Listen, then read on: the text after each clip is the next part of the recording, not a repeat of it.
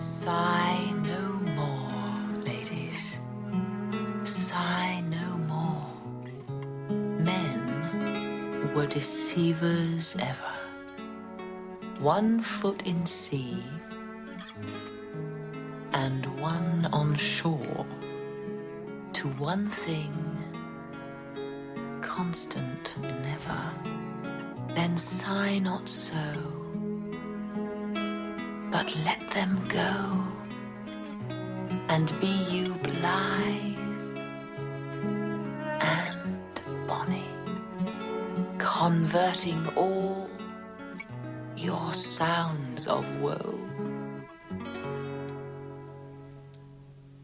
into hey, nonny, nonny.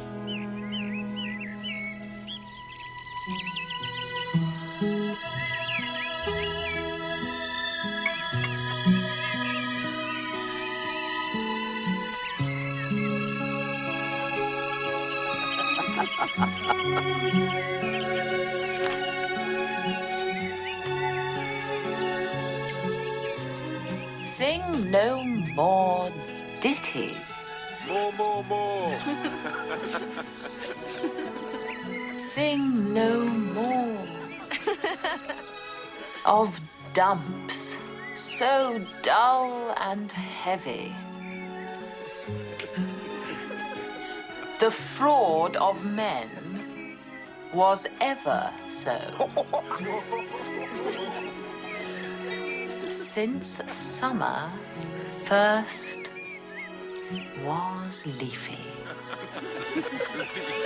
Then sigh not so, but let them go, and be you blithe and bonny, converting all your sounds of woe into hey, nonny, nonny!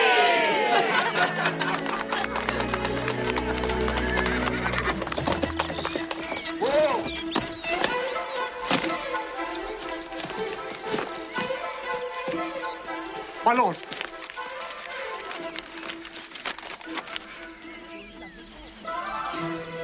I learn in this letter that Don Pedro of Aragon comes this night to Messina. He is very near by this. He was not 3 leagues off when I left him. How many gentlemen have you lost in this action? But few of any sort and none of name. I find here that Don Pedro hath bestowed much honor on a young Florentine called Claudio. He hath borne himself beyond the promise of his age, doing in the figure of a lamb the feats of a lion. Is Signor Mountanto returned from the wars or no? I know none of that name, lady. My cousin means Signor Benedict of Padua. Oh, he's returned, and as pleasant as ever he was. I pray you, how many hath he killed and eaten in these wars? But how many hath he killed? For indeed I promised to eat all of his killing. He had done good service, and a good soldier too, lady. And a good soldier to a lady. But what is he to a lord? A lord to a lord, and man to a man, stuffed with all honourable virtues. It is so indeed. He is no less than a stuffed man. You must not, sir, mistake my niece. There is a kind of merry war betwixt Signor Benedict and her. They never meet, but there's a skirmish of wit between them. Who is his companion now? He hath every month a new sworn brother. He is most in the company of the right noble Claudio. Oh, Lord. He will hang upon him like a disease. He is sooner caught than the pestilence, and the taker runs presently mad. Oh, God help the noble Claudio. If he have caught the Benedict, it will cost him £1,000 ere he be cured. I will keep friends with you, lady. Do, good friend. You will never run mad, niece. No, not till a hot January.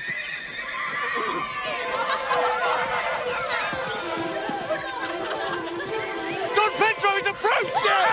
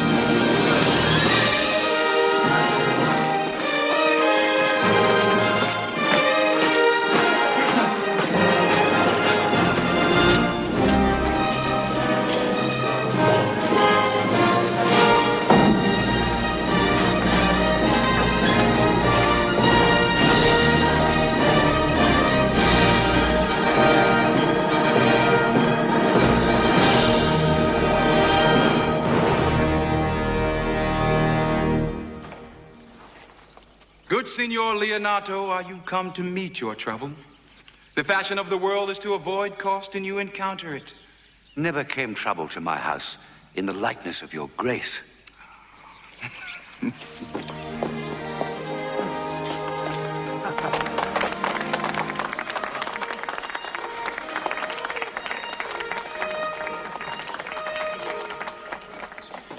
My lord. I think this is your daughter. Her mother hath many times told me so. Were you in doubt, sir, that you asked her? Signor Benedict, no. If Signor Leonato be her father, she would not have his head on her shoulders for all Messina, as like him as she is. I wonder that you will still be talking, Signor Benedict. Nobody marks you. What, my dear Lady Disdain? Are you yet living? Is it possible Disdain should die while she hath such meat food to feed it as Signor Benedict? Courtesy itself must convert to disdain if you come in her presence. Then is courtesy a turncoat. But it is certain I am loved of all ladies, only you excepted, and I would I could find in my heart that I had not a hard heart, for truly I love none. A dear happiness to women. They would else have been troubled with a pernicious suitor. I thank God and my cold blood I am of your humor for that. I had rather hear my dog bark at a crow than a man swear he loves me. God keep your ladyship still in that mind, so some gentleman or other shall scape a predestinate scratched face. Scratching could not make it worse, and for such a face as yours were. Well, you are a rare parrot teacher. A bird of my tongue is better than a beast of yours. I would my horse had the speed of your tongue. But keep your way, in God's name, I have done. You always end with a jade's trick. I know you of old. Signor Claudio, Signor Benedict, my dear friend Leonato hath invited you all. I tell him we shall stay here at the least a month.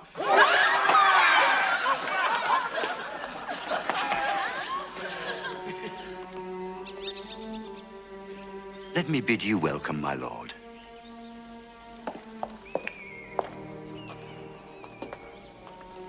Being reconciled to the prince, your brother, I owe you all duty. I thank you. I am not of many words, but I thank you.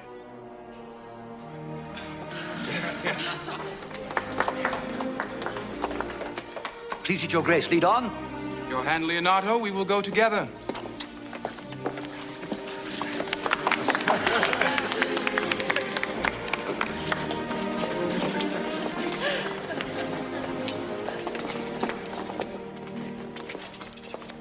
Benedict, didst thou note the daughter of Signor Leonato? I've noted her not, but I looked on her. Is she not a modest young lady? Do you question me as an honest man should do for my simple, true judgment, or would you have me speak after my customers, being a professed tyrant to their sex? No.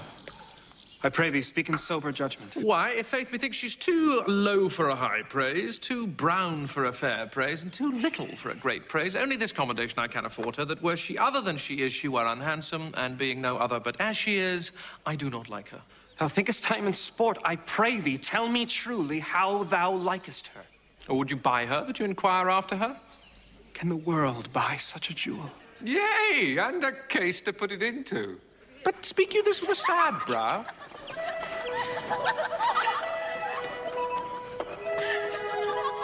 In mine eyes, she's the sweetest lady that ever I looked on. I can see yet without spectacles, and I see no such matter.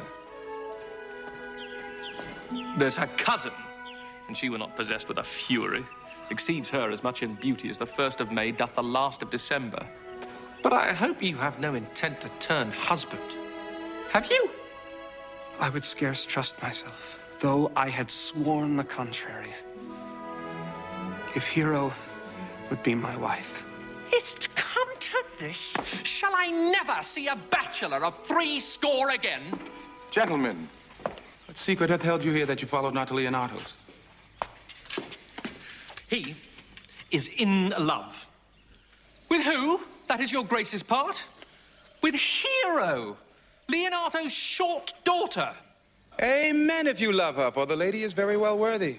You speak this to fetch me in, my lord. By my troth, I speak my thought. And in faith, my lord, I spoke mine. And by my 2 faiths and troths, my lord, I spoke mine. That I love her, I feel. That she is worthy, I know. That I neither feel how she should be loved, nor know how she should be worthy, is the opinion that fire cannot melt out of me. I will die in it at the stake. Thou wast ever an obstinate heretic in the despite of beauty. That a woman conceived me, I thank her. That she brought me up, I likewise give her most humble thanks. But that I will hang my bugle in an invisible baldric, all women shall pardon me. I will live a bachelor. I shall see thee ere I die, look pale with love. With anger, with sickness, or with hunger, my lord, not with love. Well, as time shall try. In time, the savage bull doth bear the yoke. The savage bull may, but if ever the sensible Benedict bear it, pluck off the bull's horns and set them in my forehead. And let me be vilely painted, and in such great letters as they write, here is good horse to hire. Let them signify under my sign, here you may see Benedict the married man. Benedict, repair to Leonato's. Tell him I will not fail him at supper, for indeed he hath made great preparation. Examine your conscience, and so I leave you. Hath Leonato any son, my lord? No child but Hero. She's his only heir. Dost thou affect her, Claudio? Oh. My lord, when you went onward on this ended action, I looked upon her with a soldier's eye that liked, but had a rougher task in hand than to drive liking to the name of love. But now, I am returned, and that war thoughts have left their places vacant. In their rooms come thronging soft and delicate desires, all prompting me how fair young Hero is, saying, I liked her ere I went to wars. Thou wilt be like a lover presently and tire the hero with a book of words. If thou dost love fair Hero, cherish it. And I will break with her and with her father, and thou shalt have her. I know we shall have reveling tonight. I will assume thy part in some disguise and tell fair Hero I am Claudio. And in her bosom I'll unclasp my heart and take her hearing prisoner with the force and strong encounter of my amorous tale. Then, after to her father will I break, and the conclusion is, she shall be thine. In practice, let us put it presently.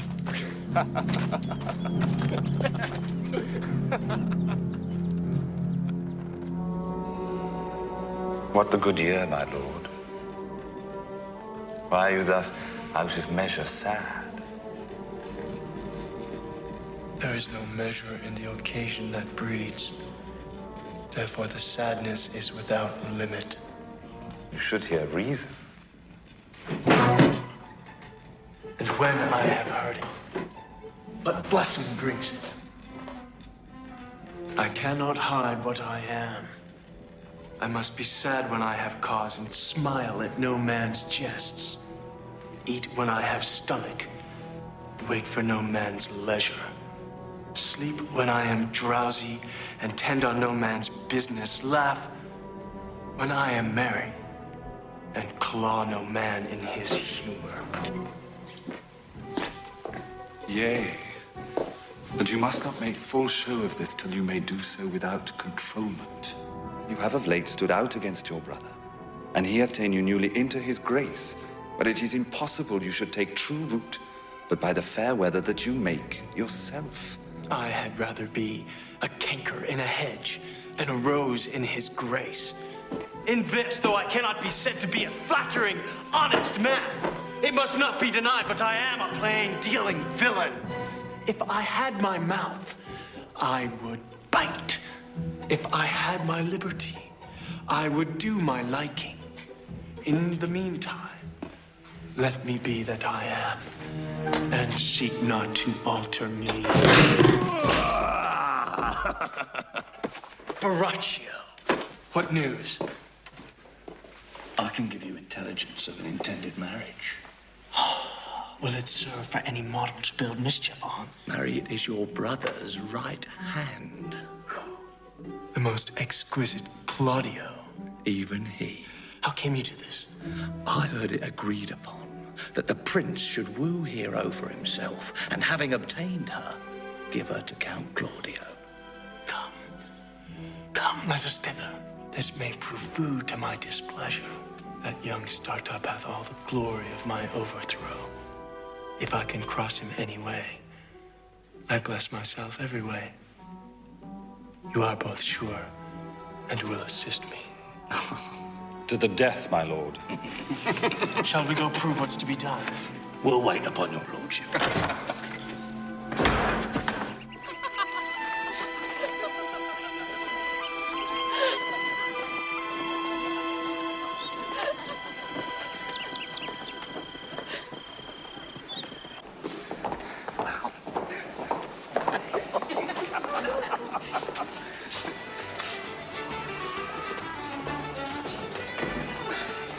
Was not Count John here at supper? I saw him not.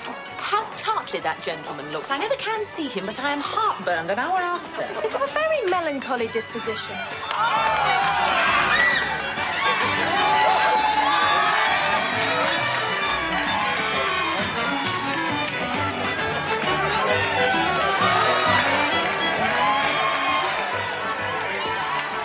He were an excellent man that were made just in the midway between him and Benedick. The one is too like an image and says nothing, and the other too like my lady's eldest son, evermore tattling. Then half Signor Benedick's tongue in Count John's mouth, and half Count John's melancholy in Signor Benedick's face. With a good leg. And a good foot, Uncle. And money enough in his purse. Such a man would win any woman in the world. If he could get a good will. Oh, by my troth, niece, thou wilt never get thee a husband if thou be so shrewd of thy tongue.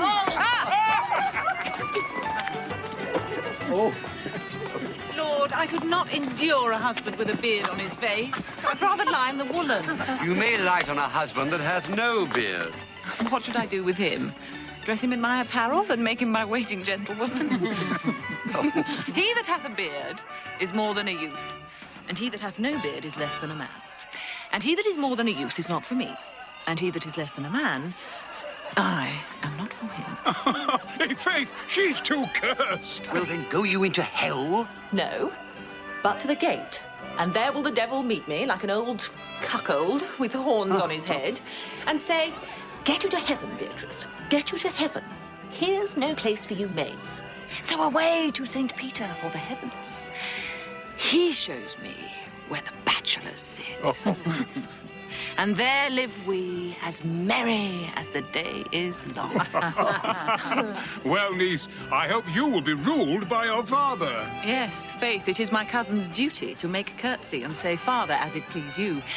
But yet for all that, cousin, let him be a handsome fellow. Or else make another curtsy and say, "Father, as it please me."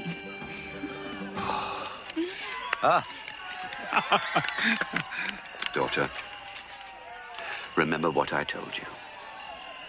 If the prince do solicit you in that kind, you know your answer.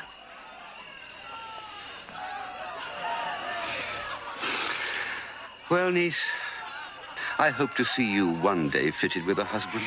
Not till God make men of some other metal than earth. Cousin, you apprehend passing shrewdly. I have a good eye, Uncle. I can see a church by daylight.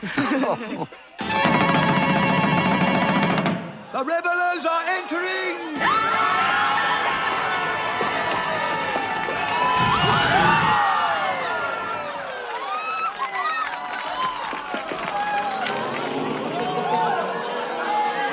Lady, will you walk about with your friend?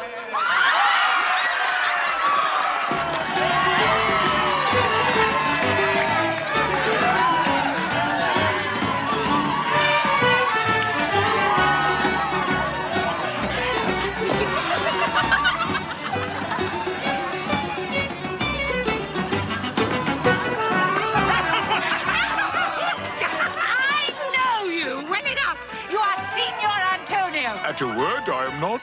I know you by the waggling of your head. At a word, I am not. Come, come. Do you think I do not know you by your excellent wit? Can virtue hide itself? Oh, go to! Mum, you are he. Graces will appear, and there's an end.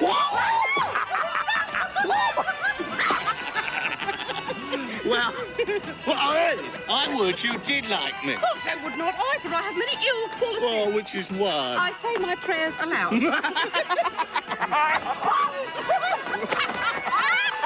Will you not tell me who told you so? No, you shall pardon me. Nor will you not tell me who you are? Not now. That I was disdainful, and that I had my good wit out of the 100 merry tales. Well, this was Signor Benedict that said so. What's he? I am sure you know him well enough. Not I. Believe me. Did he never make you laugh? I pray you, what is he? Why, he is the prince's jester. A very dull fool. His only gift is in devising impossible slanders. None but libertines delight in him, for he both pleases men and angers them, and then they laugh at him and beat him. I am sure he is in the fleet. I would he had boarded me. When I know the gentleman, I'll tell him what he say. Do. Do. We must follow the leaders. In every good thingy.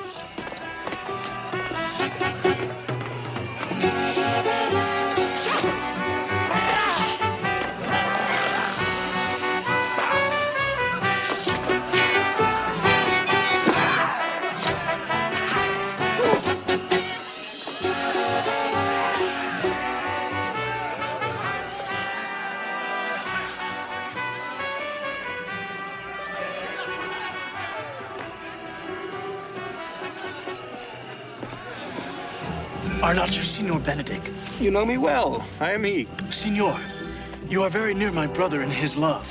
He is enamored on Hero. I pray you, dissuade him from her. She is no equal for his birth. How know you he loves her? I heard him swear his affection. So did I too. And he swore he would marry her tonight. Come, let us to the banquet.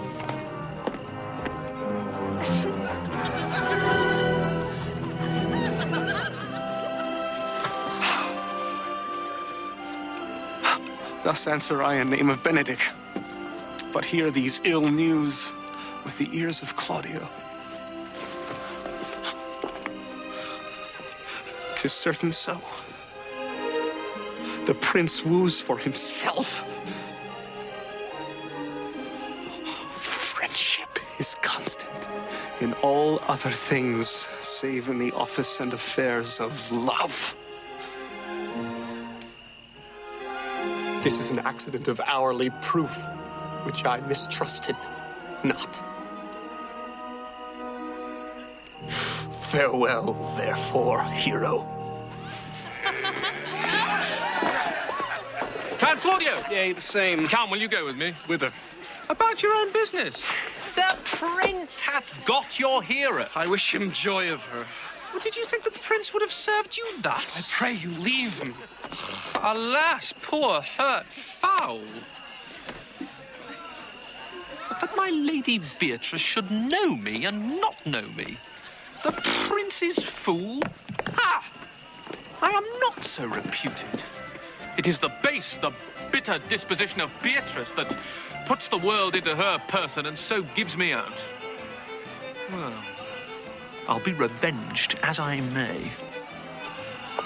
Now, Signor, where's the Count? Troth, my lord, I found him here as melancholy as a lodge in a warren. I told him, and I think I told him true, that your grace had got the goodwill of this young lady. The Lady Beatrice hath a quarrel to you. The gentleman that danced with her told her she is much wronged by you. Oh, she misused me past the endurance of a block.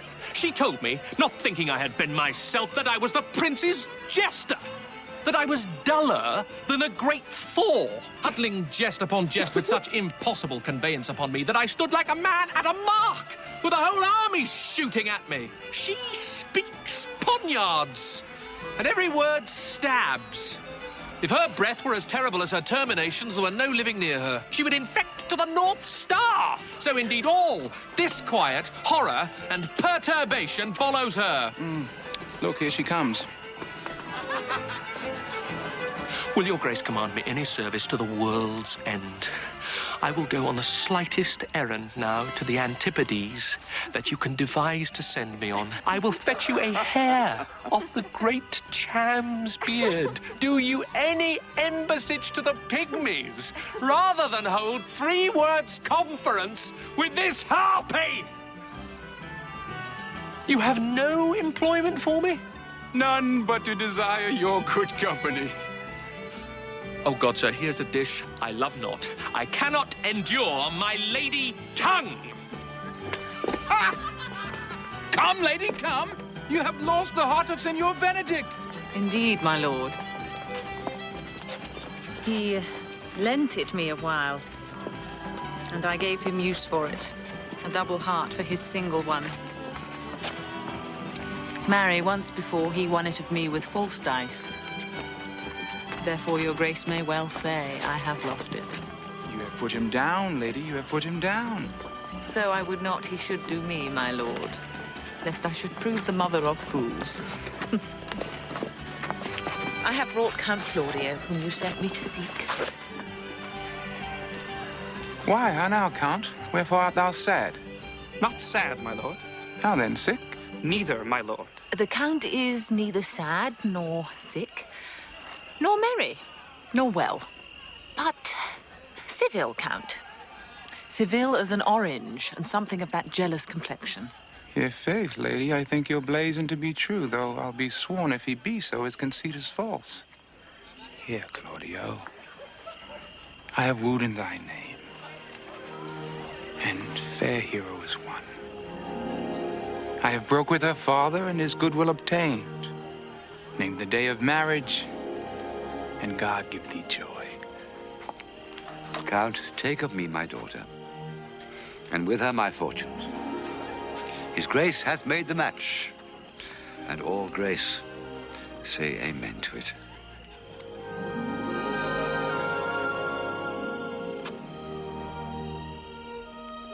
Speak, Count. 'Tis your cue.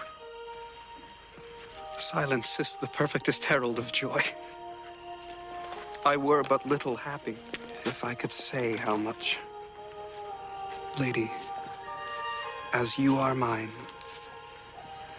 I am yours. Speak, cousin. Or if you cannot, stop his mouth with a kiss, and let not him speak neither.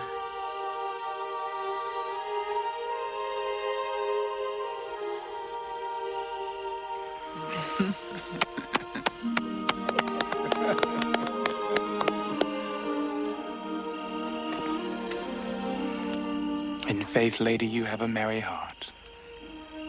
Yea, my lord, I thank it. Poor fool. It keeps on the windy side of care. My cousin tells him in his ear that he is in her heart. And so she doth, cousin.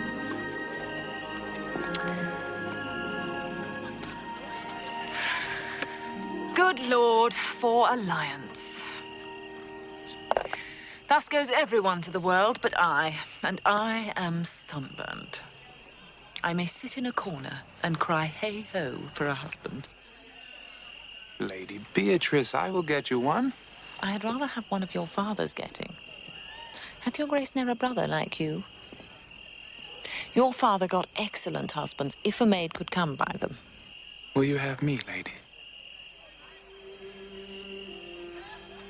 No, my lord.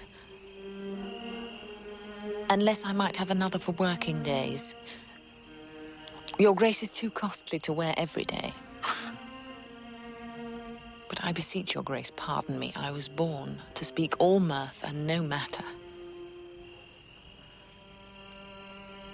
Your silence most offends me. And to be merry best becomes you, for out of question you were born in a merry hour. No. Sure, my lord. My mother cried. But then there was a star danced. And under that was I born. Cousins, God give you joy.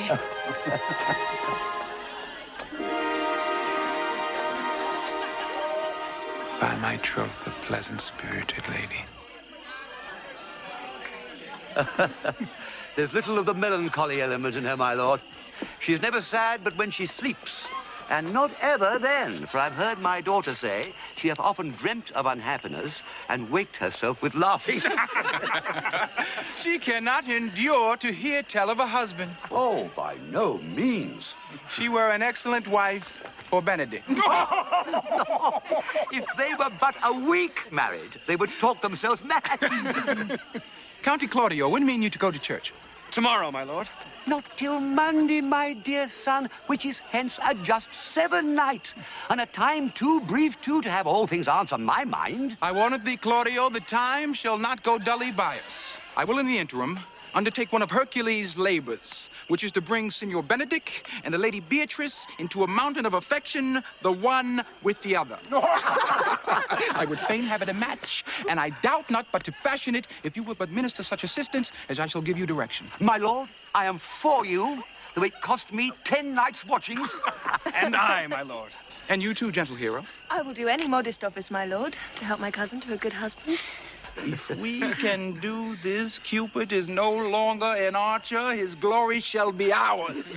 For we are the only love gods. Go with me. I will tell you my drift.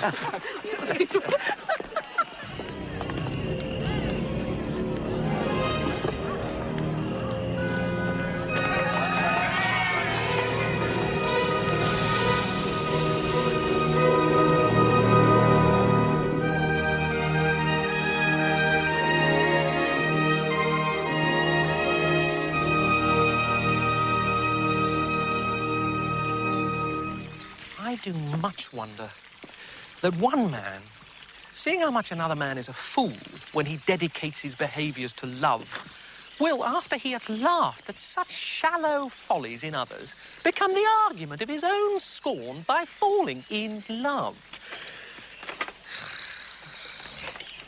And such a man is Claudio. I have known when there was no music with him but the drum and the fife. And now would he rather hear the tabor and the pipe. I've known when he would have walked 10 mile afoot to see a good armour. Now will he lie 10 nights awake, carving the fashion of a new doublet. He was wont to speak plain and to the purpose, like an honest man and a soldier. And now is he turned orthography. His words are a very fantastical banquet.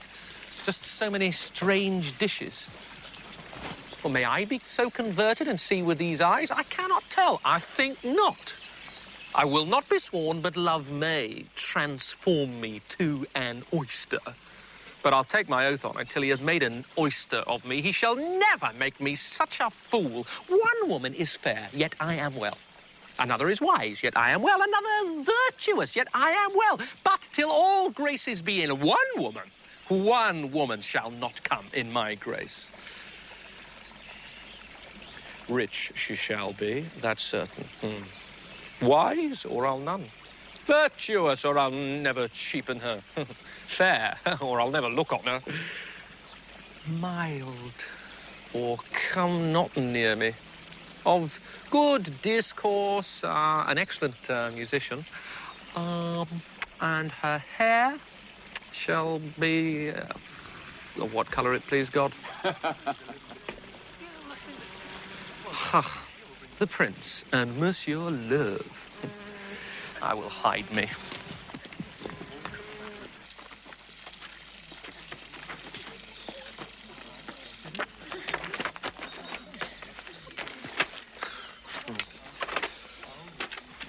See you where Benedict hath hid himself. Very well, my lord.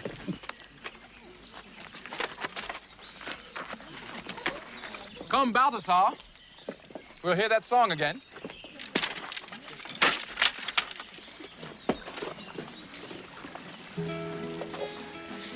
Now divine air. Now is his soul ravished.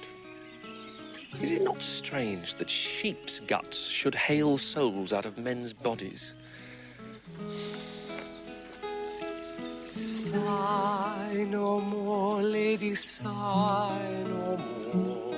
None were deceivers ever, one foot in sea, and one on shore, to one thing constant never. Then sigh not so, but let them go, and be you blithe and bonny, converting all your sounds of woe into hey nonny nonny. Sing no more, ditty, sing no more of dawn so dull and heavy. The fraud of man was ever so, since summer first was leafy. Then sigh not so, but let them go, and be your blithe and bonny, converting all your sounds of woe into hey nonny nonny.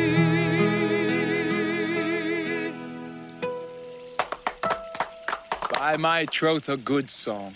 And an ill singer, my lord. No, no, faith, thou singest well enough. And he had been a dog that should have howled thus, they'd have hanged him.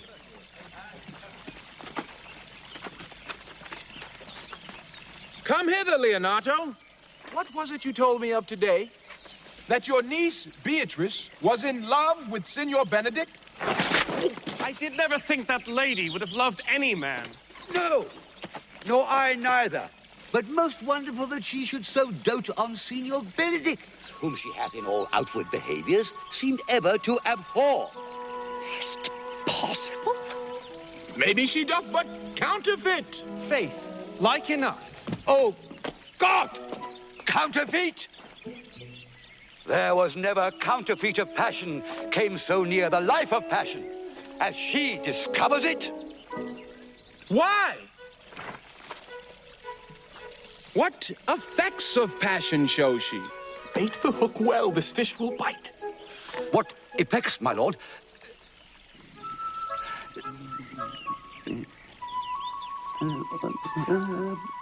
You heard my daughter tell you how? She did indeed. How, I pray you?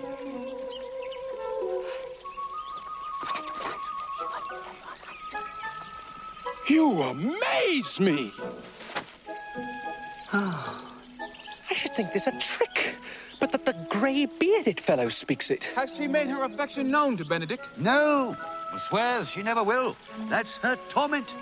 She'll be up 20 times a night, and there will she sit in her smock till she have writ a sheet of paper. Then down upon her knees she falls, weeps, sobs, beats her heart, tears her hair, curses, oh, sweet Benedict! God give me patience! She does indeed. My daughter says so. My daughter is sometime afeard that she will do a desperate outrage to herself. It is very true. It were good that Benedict knew of it. What end? He would make but a sport of it and torment the poor lady worse. I'm sorry for her. I pray you, tell Benedict of it, and hear what he will say. Were it good, think you? Hero thinks surely she will die. For she says she will die if he love her not, and she will die ere she make her love known, and she will die if he woo her. If she should make tender of her love, 'tis very possible he'll scorn it. For the man, as you know all, hath a contemptible spirit. Oh!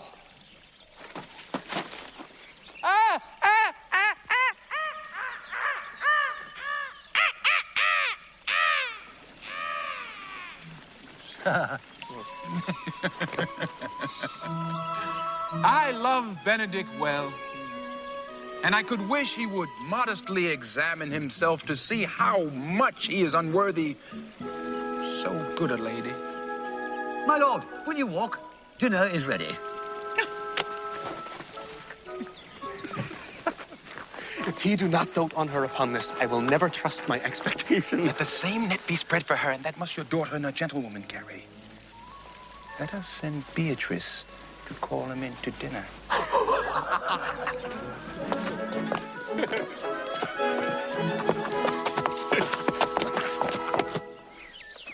This can be no trick.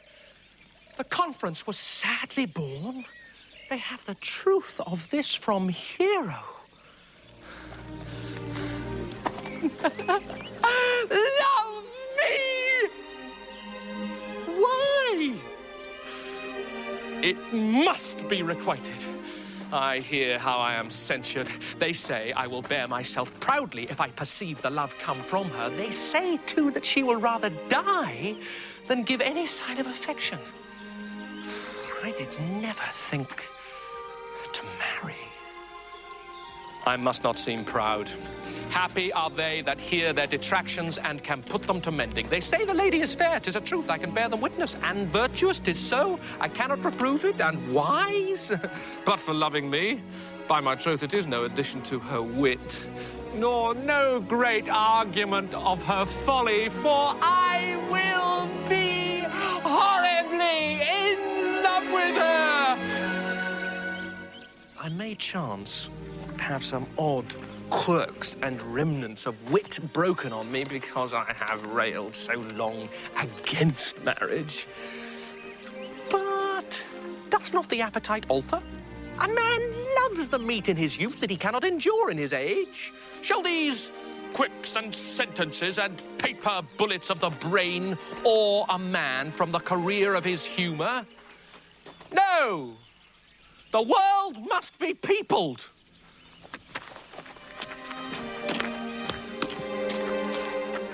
When I said I would die a bachelor, I did not think I should live till I were married. There! Here comes Beatrice. By this day, she's a fair lady. I do spy some marks of love in her.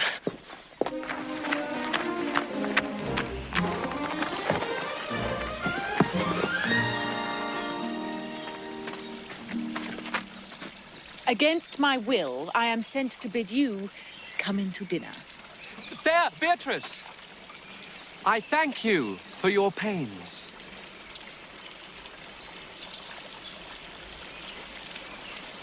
I took no more pains for those thanks than you take pains to thank me. If it had been painful, I would not have come. You take pleasure, then, in the message? Yea, just so much as you may take upon a knife's point. You have no stomach, Signor?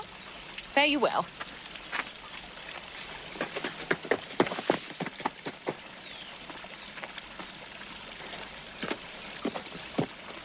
Ha!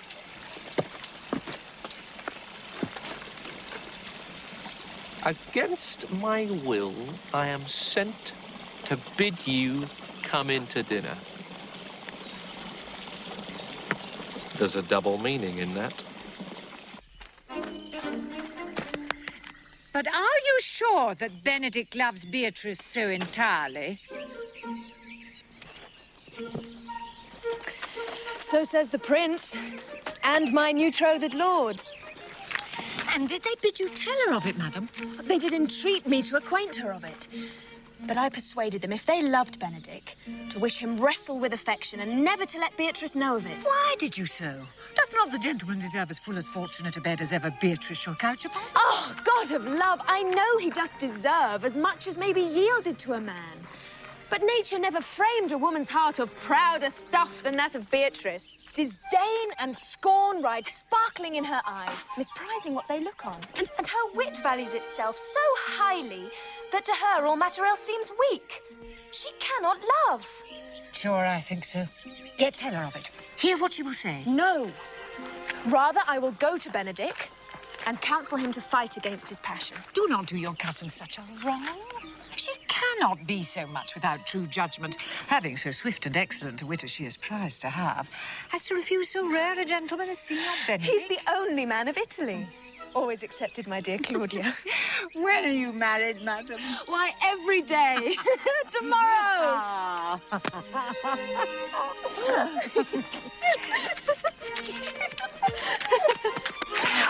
She's limed, I warrant you.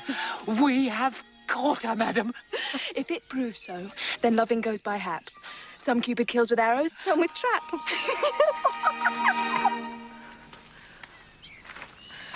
What fire is in mine ears?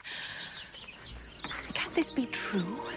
Stand I condemned for pride and scorn so much? Contempt, farewell. And maiden pride, adieu. No glory lives behind the back of such. And Benedick, love on. I will requite thee, taming my wild heart to thy loving hand. If thou dost love, my kindness shall incite thee to bind our loves up in a holy band. For others say thou dost deserve, and I believe it better than reportingly.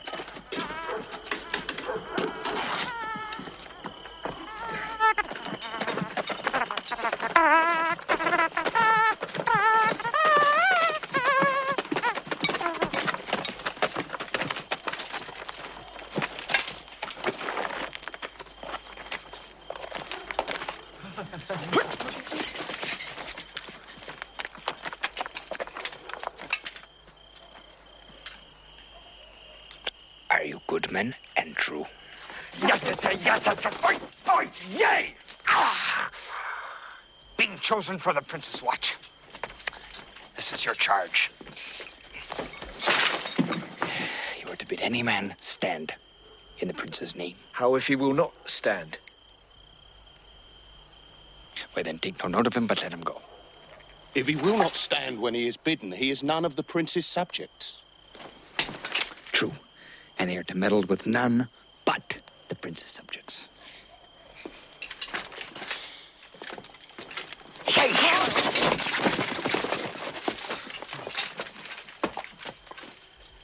You should also make no noise in the streets. We will rather sleep than talk. You speak like an ancient and a most quiet watchman. For I cannot see how sleeping should offend.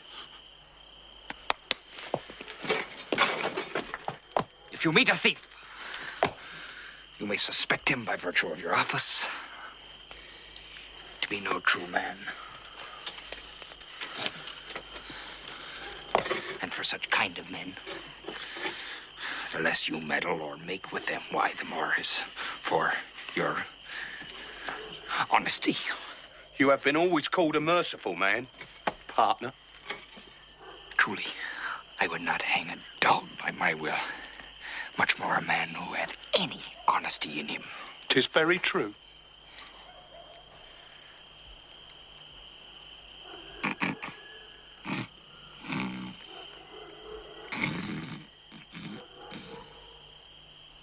Well, master! Good night. And if there be any matter of weight chances, call up me. Come, neighbor. We hear our charge. Let us sit here upon the bench till 2, and then all to bed. One word more, honest neighbours. I pray you watch about Signor Leonardo's door. For the wedding being there tomorrow, there's a great coil tonight. Adieu. Be vigilant. I beseech you.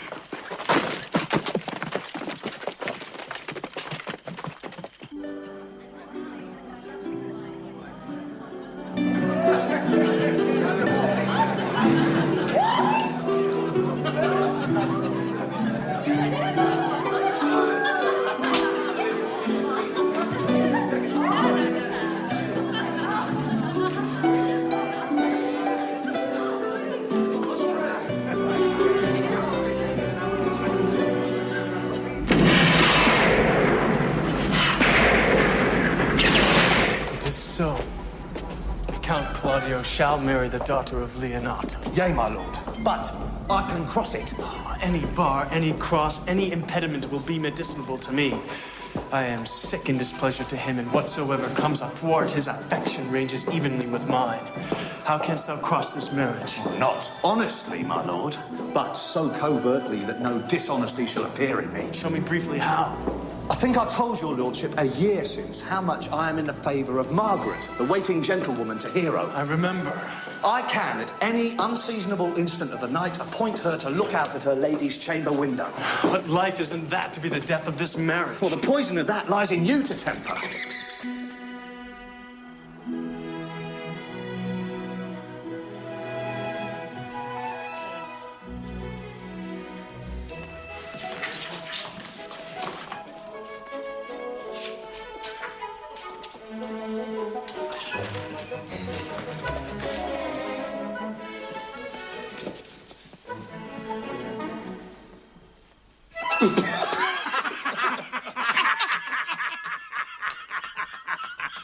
Gallants, I am not as I have been. So say I.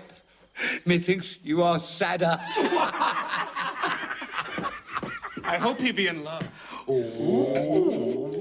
Old senior, walk aside with me. I have studied 8 or 9 wise words to speak to you, which these hobby horses must not hear.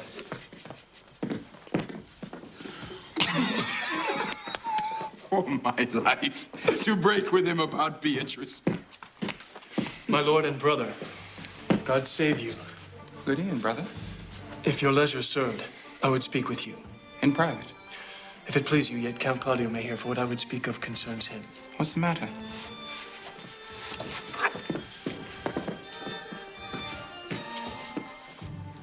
You may think I love you not. Let that appear hereafter and aim better at me. By that I now will manifest. Means your lordship to be married tomorrow. You know he does. I know not that, when he knows what I know.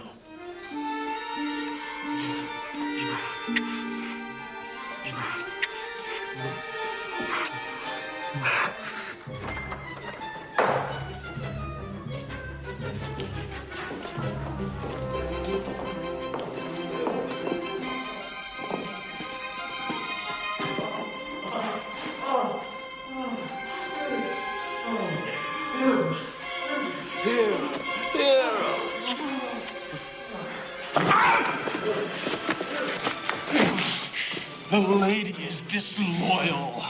If you love her now, tomorrow wed her, but it would better fit your honor to change your mind.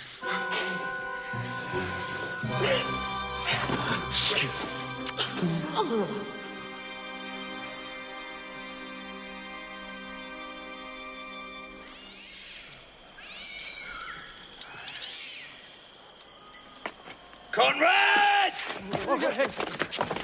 Oh, Conrad! Conrad, I say! Here, man, I'm at thy elbow. Mass, and my elbow itched. I thought there would a scab follow. I will owe thee an answer for that. Now, forward with thy tale. Sit close, then. Some treason masters. I know him. I have, tonight, wooed Margaret, the Lady Hero's gentlewoman, by the name of Hero. I shall first tell thee how the prince Claudio and my master, planted by my master, Don John, saw this amiable encounter. And thought they Margaret was hero? Aye, and away went Claudio, enraged. We charge you in the prince's name! Stand! Call up the right master constable!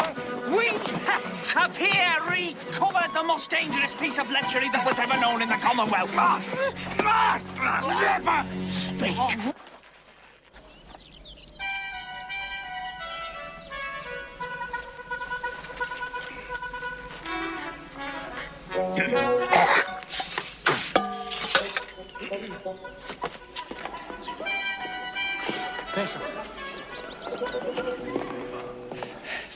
What would you with me, honest neighbours? Marry, sir, our watch tonight, excepting your worship's presence, have taken a couple of as arrant knaves as any in Messina. A good old man, sir. He will be talking. As they say, when the age is in, the wit is out. Well said, ye faith, neighbor Verges. Well, God's a good man, and two men ride of a horse. One must ride behind. All men are not alike, alas, good neighbor. Indeed, neighbour, he comes too short of you. Well, gifts that God gives. Neighbours, you are tedious. Well, it pleases your worship to say so. But we are the poor Duke's officers. But truly, for mine own part, if I were as tedious as a king, I could find in my heart to bestow it all on your worship. All thy tediousness on me? Ah.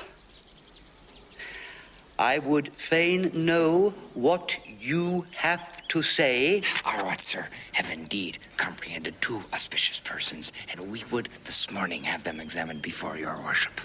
Take their examination yourself and bring it me. I am now in great haste, as it may appear unto you. Drink some wine ere you go. We are now to examinations, then. Meet me at the jail.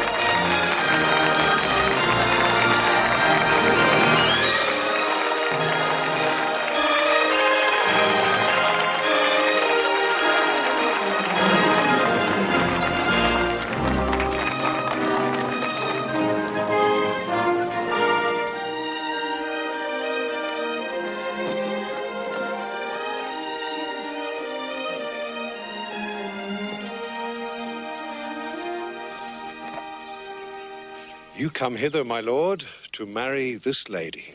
No. To be married to her. You come to marry her. Lady, you come hither to be married to this count. I do. If either of you have any inward impediment why you should not be conjoined, I charge you, on your souls, to utter it. Know you any, hero? None, my lord. Know you any, count? I dare make his answer. None.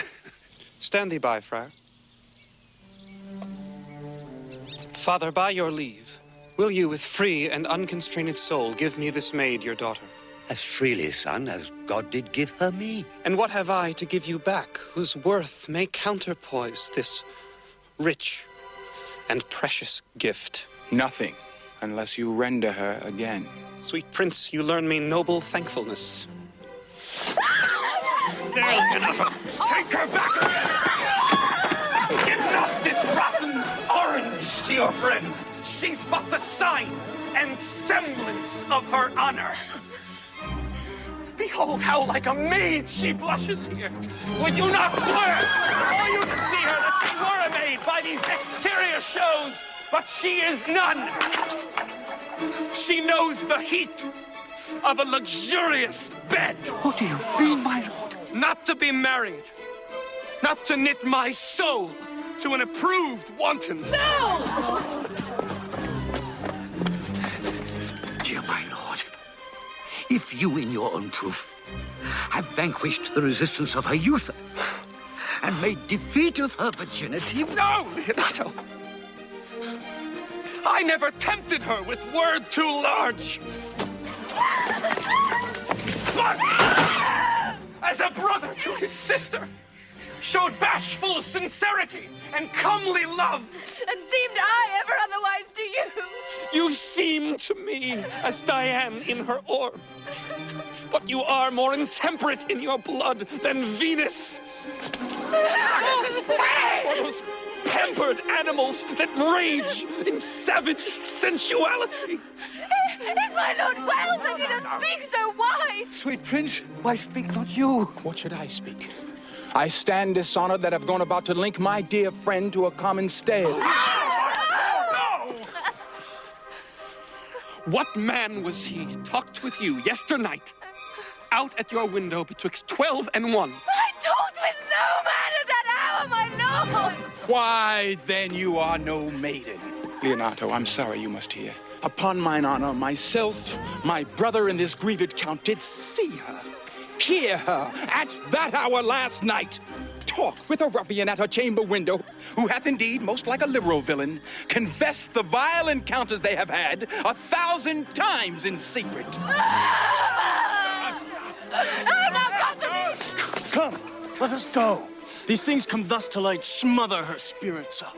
Cousin, why forcing you down?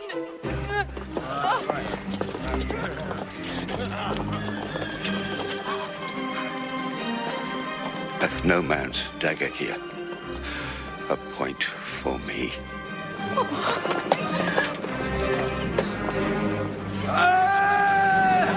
Do not live, hero!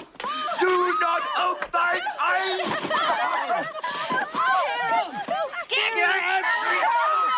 Grieved I had but one. Why had I one? Why ever wast thou lovely in my eyes?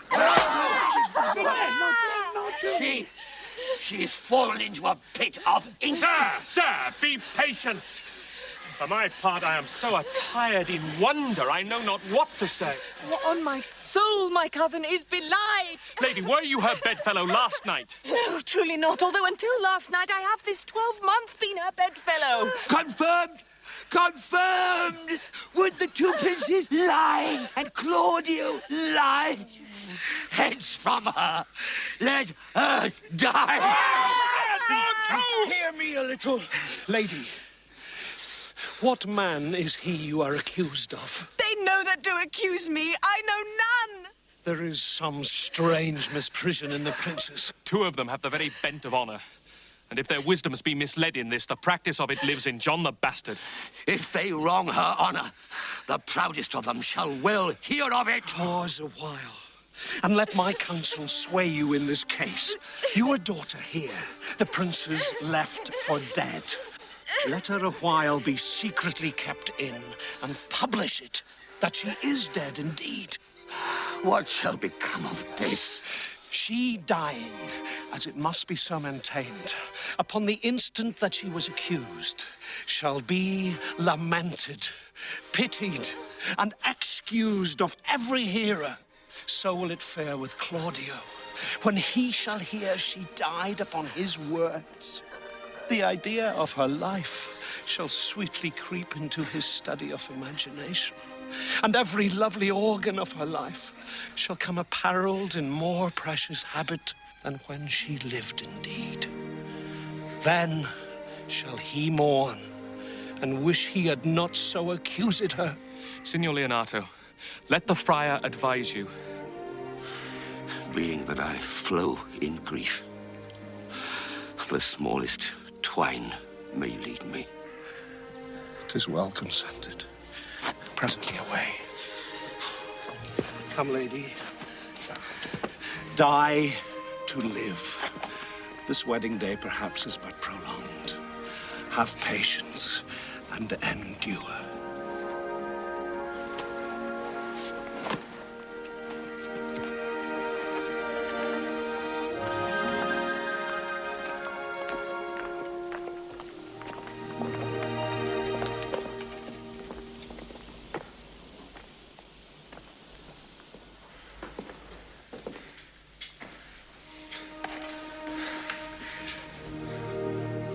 Lady Beatrice, have you wept all this while? Yea. And I will weep a while longer. I will not desire that. You have no reason.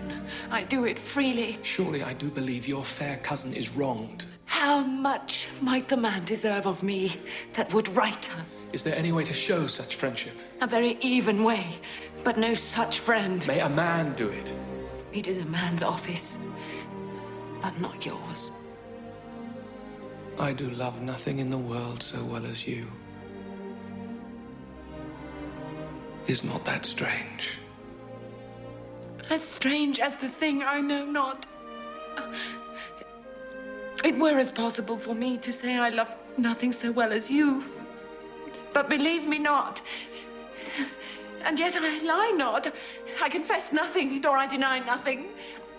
I am sorry for my cousin. Oh, my sword, Beatrice, thou lovest me. Do not swear and eat it. I will swear by it that you love me, and I will make him eat it that says I love not you. Why then, God forgive me. What offense, sweet Beatrice. You have stayed me in a happy hour. I was about to protest I loved you. And do it with all thy heart. I love you with so much of my heart that none is left to protest.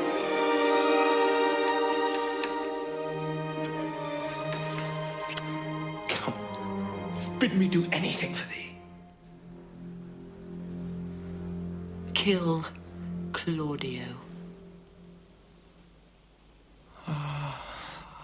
Not for the wide world. You kill me to deny it. Fare you well. Tarry, sweet Beatrice. I am gone, though I am here. There is no love in you. Nay, I pray you, let me go. Beatrice. In faith, I will go. We'll be friends first. Dare easier be friends with me than fight with mine enemies. Is Claudio thine enemy? Is it not approved in the height, a villain that had slandered, scorned, dishonored my kinswoman? Oh, that I were a man! What? I'll bear her in hand until they come to take hands, and then with public accusation, uncovered slander, mitigated rancor! Oh, God, that I were a man! I would eat his heart in the marketplace! Hear me, Beatrice. Talk with a man out at a window. A proper saying. Nay, but Beatrice! Sweet hero! She is wronged. She is slandered. She is undone. Beatrice! He is now as valiant as Hercules that only tells a lie and swears it. I cannot be a man with wishing. Therefore, I will die a woman with grieving. By this hand I love thee. Use it for my love some other way than swearing by it. Think you in your soul the Count Claudio hath wronged Hero? Yea, as sure as I have a thought or a soul. Enough. I am engaged. I will challenge him. Go. Comfort your cousin. I must say she is dead.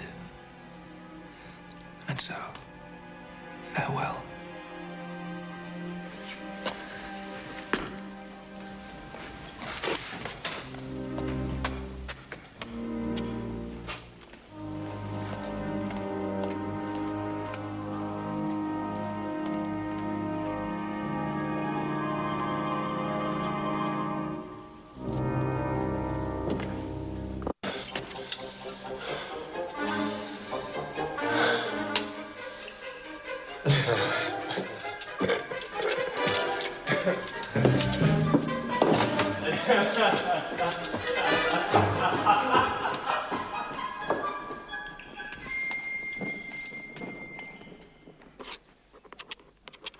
Is our whole dissembly appeared?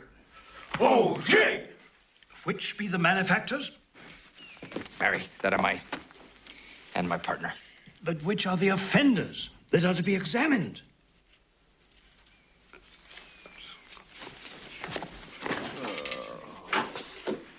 What is your name, friend? Borachio. Write down Broccio. Yours, sir. I am a gentleman, sir. Ooh. And my name is Conrad. Write down Master, Gentleman, Conrad. Masters, it is proved already that you are little better than false knaves. How answer you for yourselves? Marry, sir, we say we are none. Oh. You? Sir, I say to you, we are none. Have you writ down they are none? Master Constable, you go not the way to examine. You must call forth the watch. That are their accusers. Let the watch come forth. Masters, I charge you in the prince's name. Accuse these men. This man said, sir, that Don John, the prince's brother, was a villain. Write down Prince John a villain. Master Constable. Pray thee, fellow peace. I do not like thy look, I promise thee. What heard you him say else? Marry, that he had received 1,000 ducats of Don John for accusing the lady hero wrongfully. That burglary as ever was committed. Yea, by mass, that it is. What else? And the Count Claudio did mean, upon his words, to disgrace Hero before the whole assembly and not marry her. I will be condemned into everlasting redemption for this. What else? This is all. Prince John is, this morning, secretly stolen away. Hero was in this manner accused, in this very manner refused, and upon the grief of this, suddenly died. Master Constable, let these men be bound and brought to Leonato's. Come, let them be opinioned. Let them be! In the hands! Oh, coxcomb! God's my life. Where's the sexton? Let him write down the prince's officer. Come. Come bind them. Oh, naughty varlet. Away! You are an ass! You are an ass!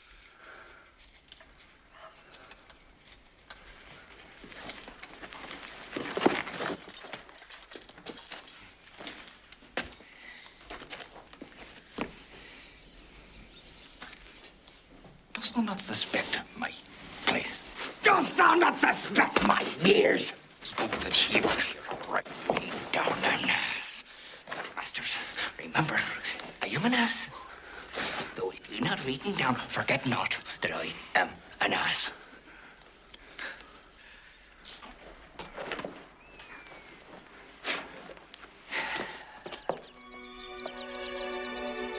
If you go on thus, you will kill yourself. Bring me a father that so loved his child, whose joy of her is overwhelmed like mine, and bid him speak of patience.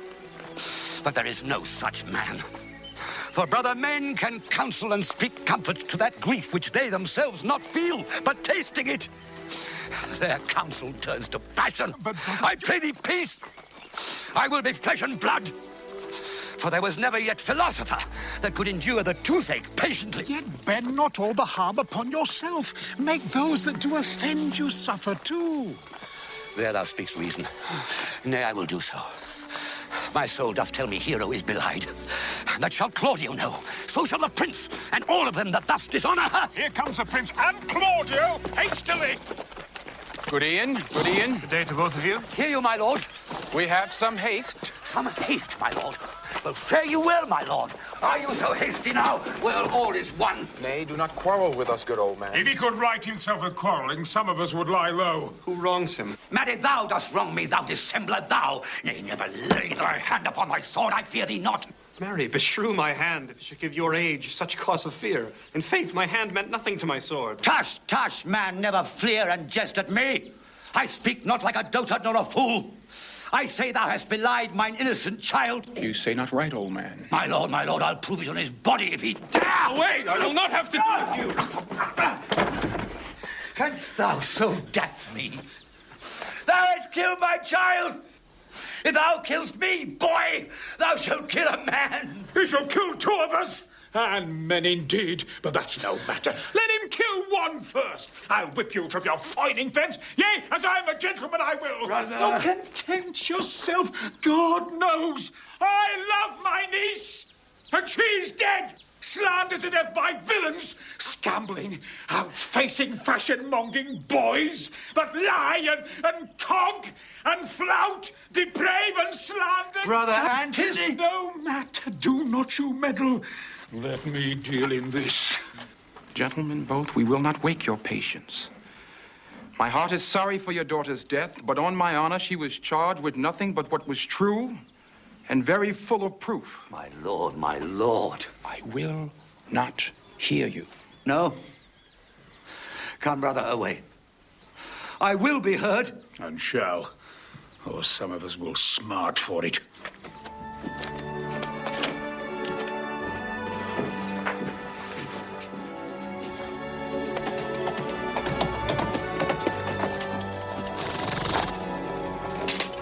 See, here comes the man we went to seek. Now, senor, what news? Good day, my lord. Welcome, senor. You were almost come to part, almost afraid. We had like to have had our 2 noses snapped off with 2 old men without teeth. Shall I speak a word in your ear? You are a villain. I jest not. I will make it good how you dare, with what you dare, and when you dare. Do me right, or I will protest your cowardice. You have killed a sweet lady, and her death shall fall heavy on you. Fare you well, boy. You know my mind. My lord, for your many courtesies, I thank you. I must discontinue your company. Your brother, the bastard, is fled from Messina. You have among you killed a sweet and innocent lady. For my lord Lackbeard there, he and I shall meet. Till then, peace be with him.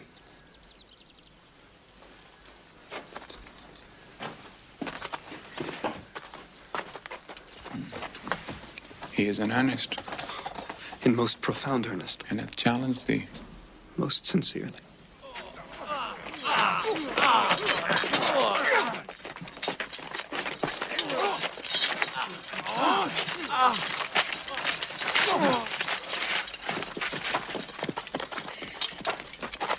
Officers, what offense have these men done? Very, sir. They have committed false report. Moreover, they have spoken untruths. Secondarily, they are slanders. Sixth and lastly, they belied a lady. Thirdly, they have verified unjust things. And to conclude, they are lying knaves. Who have you offended, masters, that you are thus bound to your answer? This learned constable is too cunning to be understood. I have deceived even your very eyes. What your wisdoms could not discover, these shallow fools have brought to light, who, in the night, overheard me confessing to this man how Don John, your brother, incensed me to slander the lady hero. How you saw me, caught Margaret. How you disgraced Hero when you should marry her. The lady is dead upon mine and my master's false accusation. Sweet Hero. Come, bring away the plaintiffs. By this time, our sexton hath reformed Signor Leonato of the matter. And masters, do not forget to specify when time and place shall serve that I am an ass. Here, here. Comes Master Signor Leonato and the sexton too.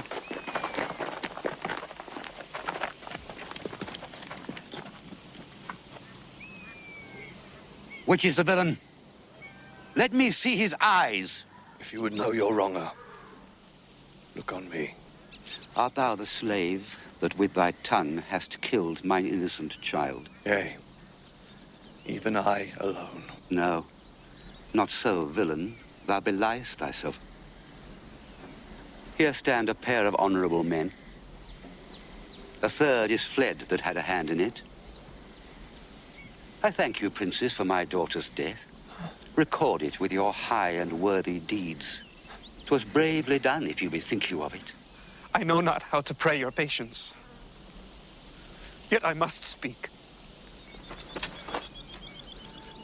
Choose your revenge yourself. Impose me to what penance your invention can lay upon my sin.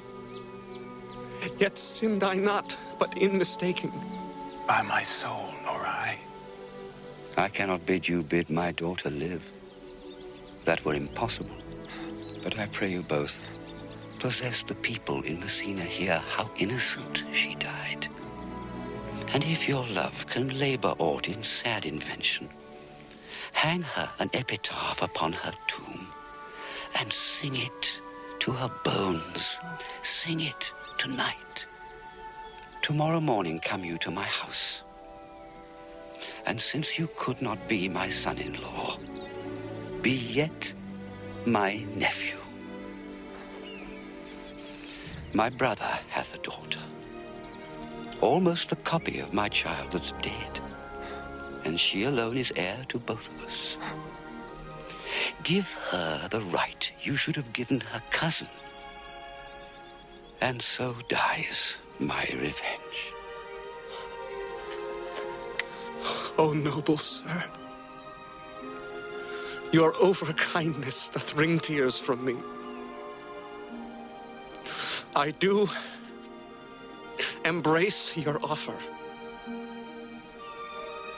and dispose for henceforth of poor Claudia. Tomorrow, then, I will expect your coming. Tonight I take my leave.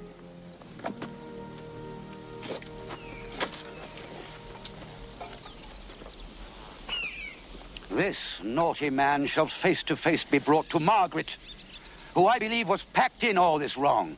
Nay, by my soul, she was not. Nor knew not what she did when she spoke to me, but always have been just and virtuous in anything that I do know by her. Moreover, sir, which indeed is not under white and black, this plaintiff here, the offender, did call me ass. I beseech you, let it be remembered in his punishment. I thank thee for thy care and honest pains. Your worship speaks like a most thankful and reverend youth, and I praise God for you. There's for thy pains. God save the foundation. Go. I discharge thee of thy prisoner, and I thank thee. I leave with your worship an errant knave, which I beseech your worship to correct yourself for the example of others. God restore you to health. I humbly give you leave to depart. And if a merry meeting may be wished, God prohibit it.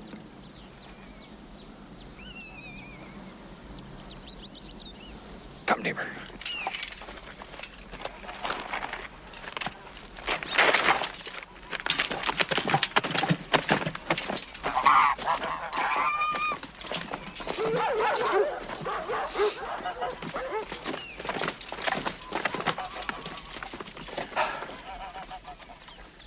Until tomorrow morning, lords, farewell. Farewell, my lords. We look for you tomorrow. We will not fail. Tonight, I'll mourn with Hero.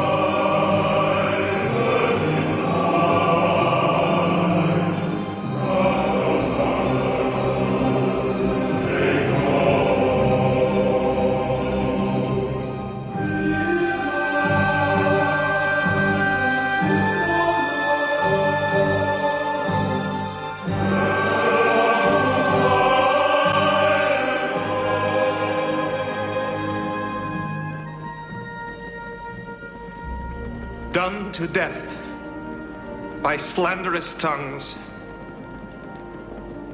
was the hero that here lies. Death in guerdon of her wrongs gives her fame, which never dies. So the life that died with shame lives in death. With glorious fame,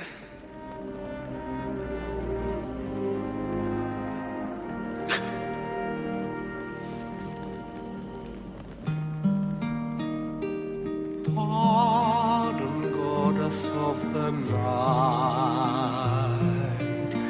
those that slew thy virgin night, for the which with songs of woe round about her tomb they go.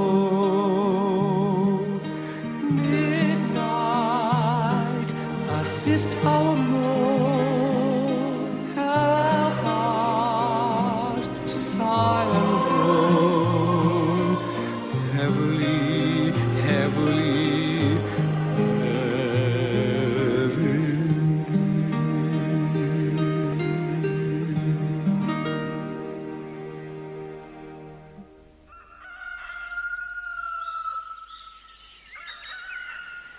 The God of love that sits above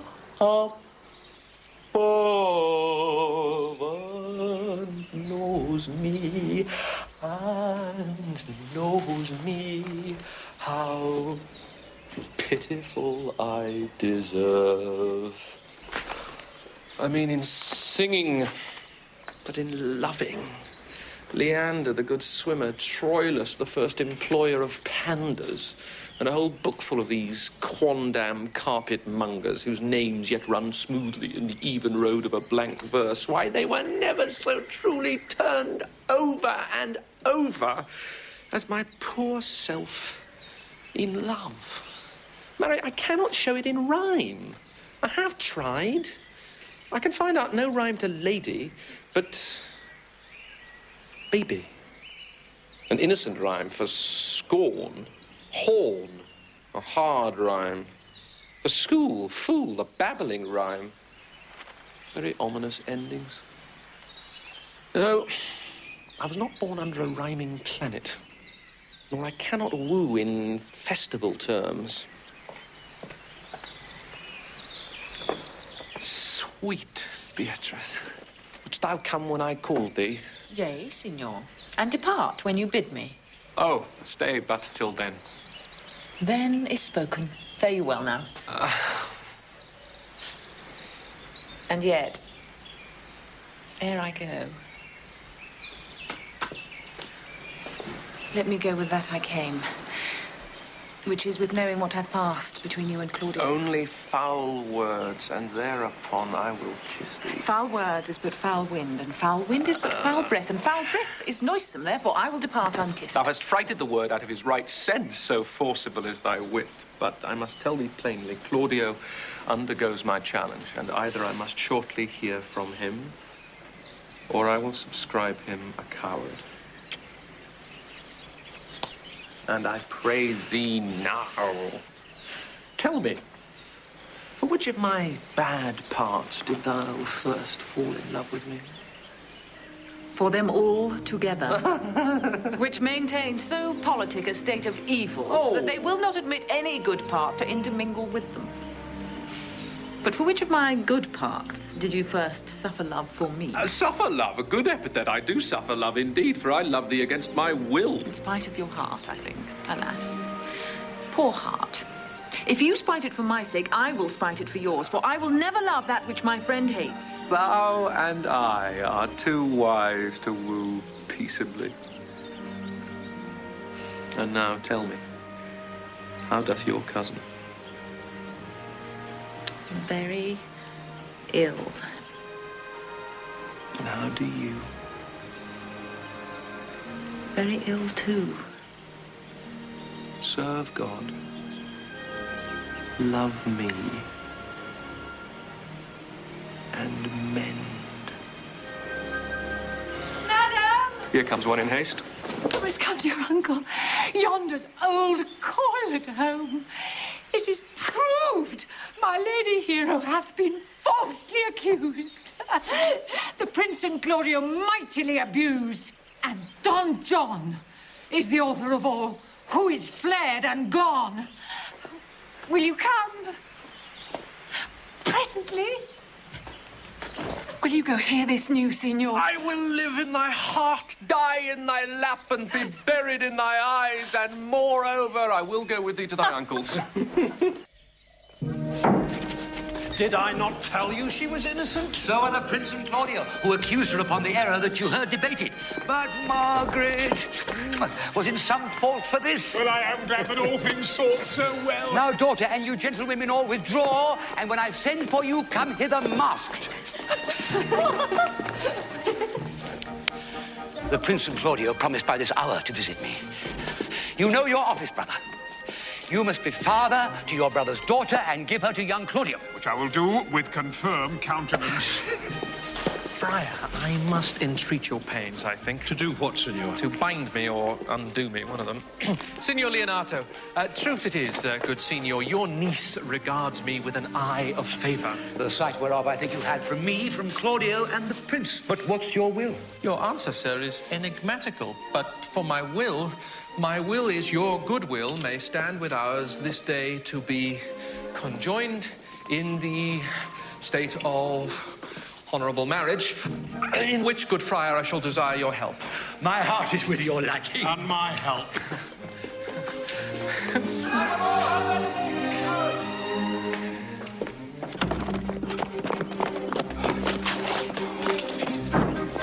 Here come the Prince and Claudio.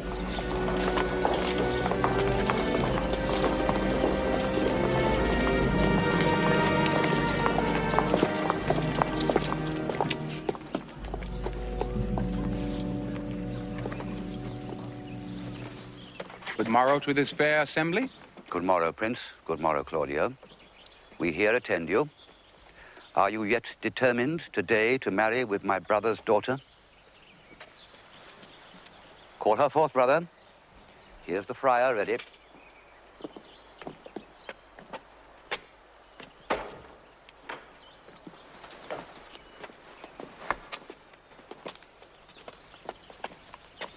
Which is the lady I must seize upon?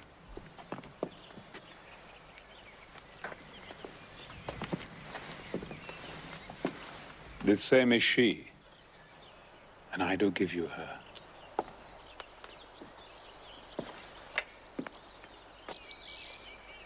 Sweet. Let me see your face. No, that you shall not, till you take her hand before this friar and swear to marry her.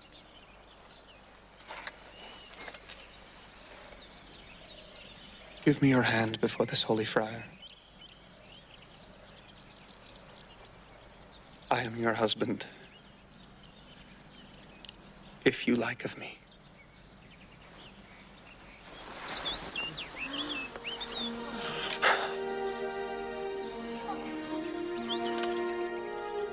Hero that is dead. She died, my lord, but whiles her slander lived. And when I lived, I was your other wife.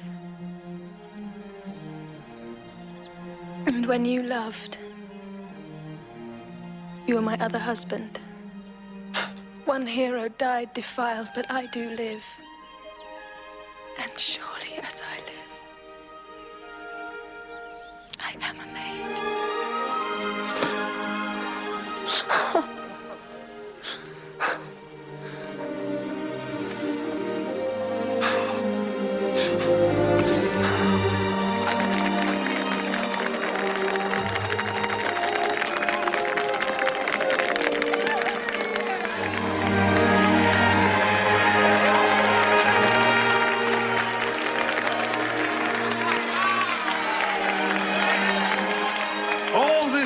enticement can I qualify? When after that the holy rites are ended, I'll tell you largely of fair hero's death.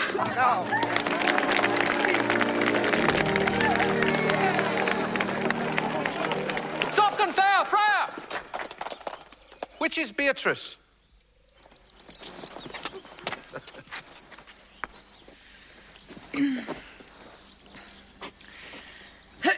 I answer to that name.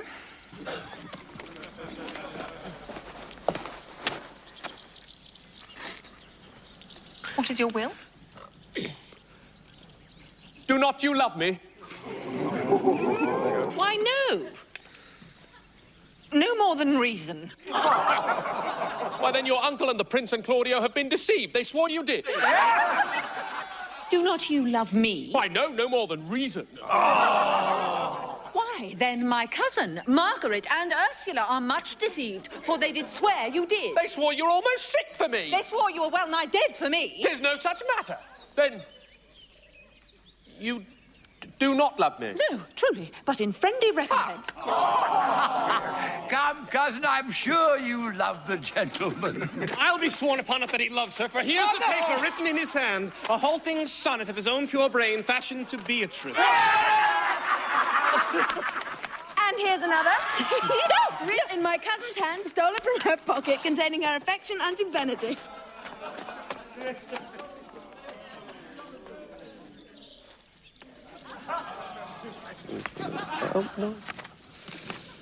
A miracle.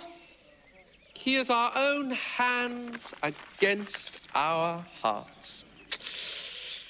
Come, I will have thee. But by this light, I take thee for pity. I would not deny you, but by this good day, I yield upon great persuasion, and partly to save your life, for I was told you were in a consumption. Peace!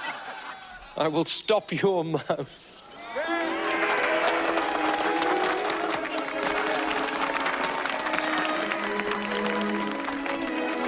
How dost thou, Benedict, the married man? I'll tell thee what, Prince. A college of wit crackers cannot flout me out of my humor. Dost thou think I care for a satire or an epigram? No. Since I do purpose to marry, I will think nothing to any purpose that the world can say against it, and therefore never flout at me for what I have said against it. For man is a giddy thing, and this is my conclusion.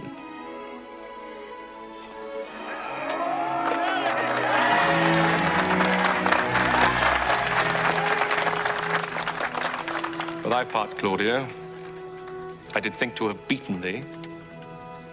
But in that thou art like to be my kinsman, live unbruised and love my cousin. Come, come, we are friends! Let's have a dance ere we are married, that we may lighten our own hearts and our wives' heal. We'll have dancing afterwards. First of my word, therefore play music! Prince, thou art sad. Get thee a wife. Get thee a wife. My lord, your brother John is ta'en in flight and brought with armed men back to Messina.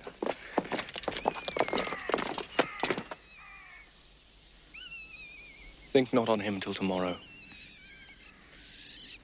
I'll devise thee brave punishments for him.